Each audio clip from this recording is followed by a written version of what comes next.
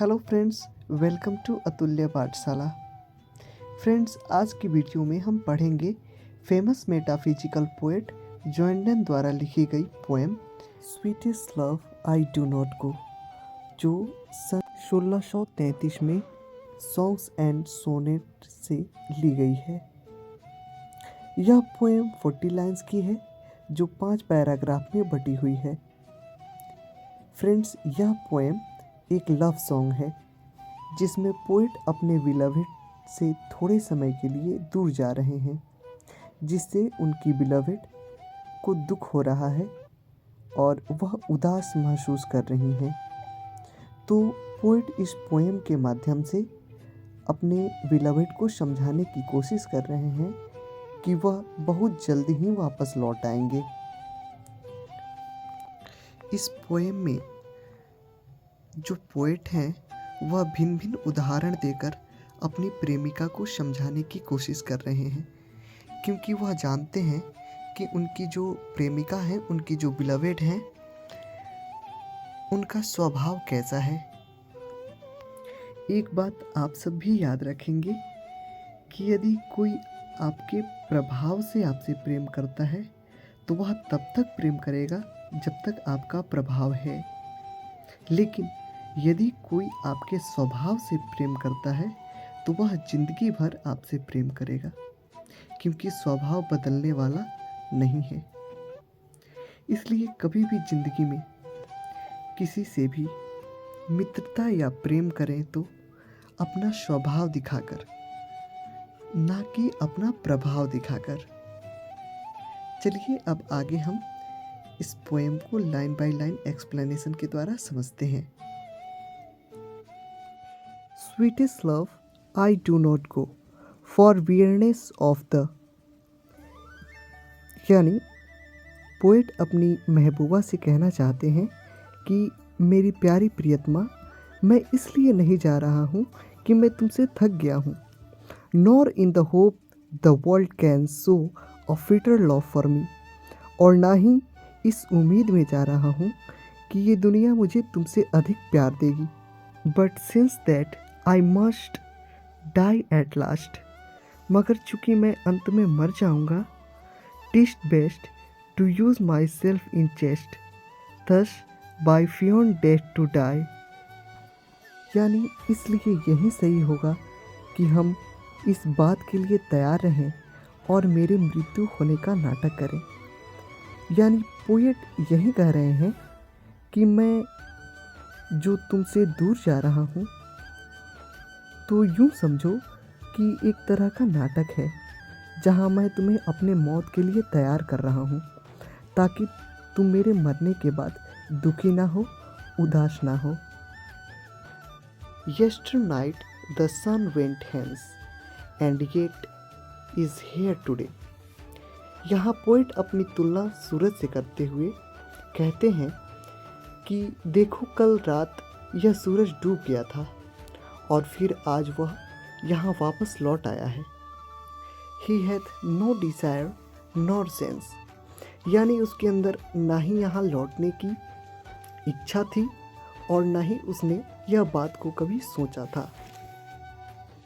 Nor half so sought away, और जिस रास्ते से वह आया है वह रास्ता भी छोटा नहीं था, यानी लंबी यात्रा पूरी करके सूरज यहाँ आज आया पहुँचा है। Then fear not me, but believe that I shall make a speeder journey। इसलिए मेरे बारे में चिंता नहीं करो, डरो नहीं, बल्कि ये विश्वास रखो कि मेरी यात्रा इस सूरज से भी तेज होगी और मैं और भी जल्दी लौट कर आऊँगा। Since I take more wings and spares than he, क्योंकि मेरे पास उससे ज़्यादा पंख होंगे और साथ ही स्पेयर्स होंगे, यानी प्रेरणा होगी। Oh, how feeble is man's power, that if good fortune fall, cannot add another hour। यानी कि इंसान कितना बेबस है, कितना कमज़ोर है कि यदि उनके साथ कुछ अच्छा होता है और उनकी किस्मत अच्छी हो जाती है तो वह उस अच्छी किस्मत को एक एक्स्ट्रा घंटे के लिए रोक नहीं सकते हैं। यानी इनकी अच्छी किस्मत डिफिनिट टाइम के लिए होती है। Nor a lost hour recall, और ना ही बीता हुआ पल ला सकते हैं। यानी इंसान का जो समय बीत गया है उसे वापस भी नहीं ला सकते, इतने कमज़ोर होते हैं इंसान। But come bad chance and we join to it our strength. मगर जैसे ही हमारे जीवन में बुरा समय आता है और हम उसे अपनी ताकत दे देते हैं, यानी हम खुद उसके सामने कमज़ोर हो जाते हैं।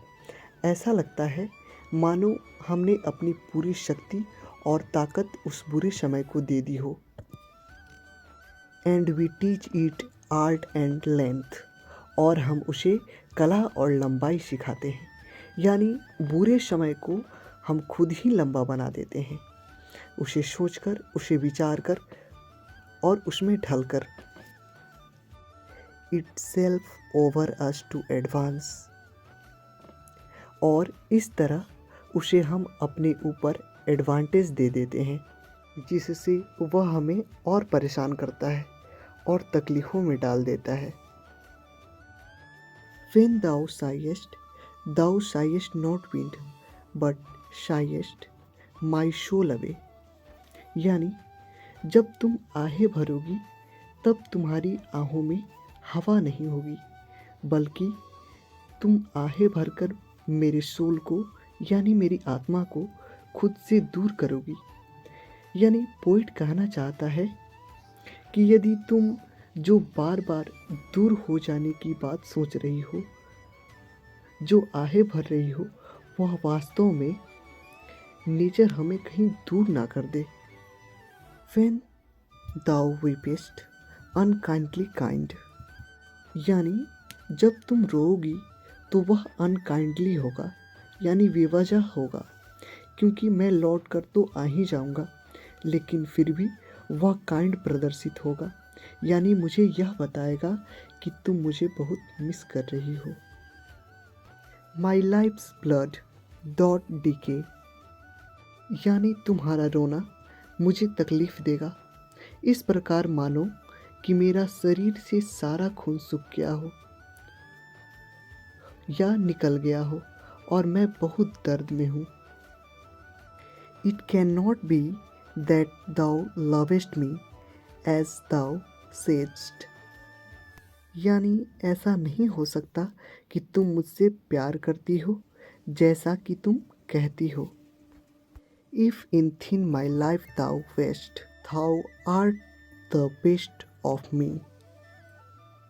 यानी पोएट कहता है जब तुम रोती हो तो मेरी जान जो तुम्हारे अंदर है उससे मुझे तकलीफ़ होती है, क्योंकि तुम मेरे जीवन का सबसे बेहतर हिस्सा हो। Let not thy divining heart forethink me any ill, यानी कि तुम अपने इस दुखी दिल को, उदास दिल को मेरे लिए गलत नहीं सोचने दो, उदास मत सोचो।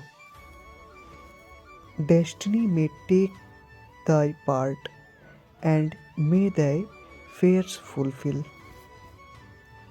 यानी नहीं तो ऐसा हो सकता है कि डेस्टिनी यानी किस्मत तुम्हारी बात को सच मान ले और तुम्हारा जो डर है कि मैं वापस नहीं लौटूंगा, मुझे कुछ हो जाएगा, उन्हें सच कर दे। इसलिए तुम कुछ बुरा नहीं सोचो, तुम सिर्फ अच्छा सोचो कि मैं वापस लौटूंगा और जल्द ही वापस लौटूंगा। But think that we are but turned aside to sleep, बल्कि ये सोचो कि हम एक साथ सो रहे हैं, बस अलग अलग करवटें लेकर, यानी अलग अलग दिशा में मुख करके सो रहे हैं। They who one another keep alive never parted be, क्योंकि वो जो एक दूसरे को अपने मन में जिंदा रखते हैं, अपने हृदय में जिंदा रखते हैं वह कभी भी एक दूसरे से दूर नहीं हो सकते। यानी पोएट कहते हैं कि तुम ये मत सोचो कि मैं तुमसे दूर हूँ या मुझे कुछ हो जाएगा, बल्कि तुम ये सोचो कि मैं हमेशा तुम्हारे पास हूँ, कुछ कारणों से बातें नहीं हो पा रही हैं।